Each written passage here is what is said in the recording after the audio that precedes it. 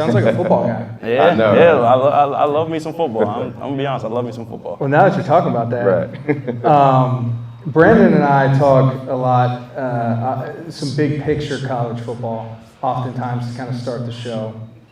And we're going to go on quarterback play here. And there's some other points we can talk about with you here. I think it'll be interesting hearing your takes on this. But I want to start with one guy specifically who you probably have some connections with down in North Carolina, Drake Maye. We got to see a couple Heisman contenders go head-to-head this week with Bo Nix and Michael Penix Jr. Yeah.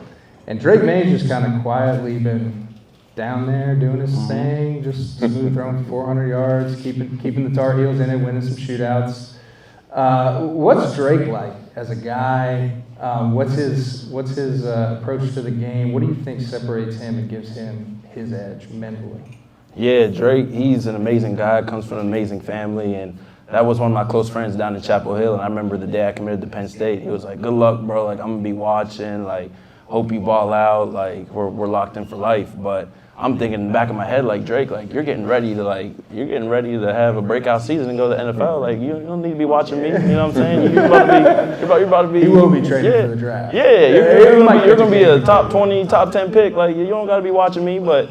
So that's the type of guy he is, though. He's not like self-centered. He's all about others, all about his friends, and like being around him was so cool. Just because we had Sam Howell the year before Drake came, and Sam Howell, he was a real leader. He's a quarterback for the Commanders now, but he was a real leader. And then seeing Drake take the reign after that, and the culture that Coach Brown built was pretty cool. Being around them, but.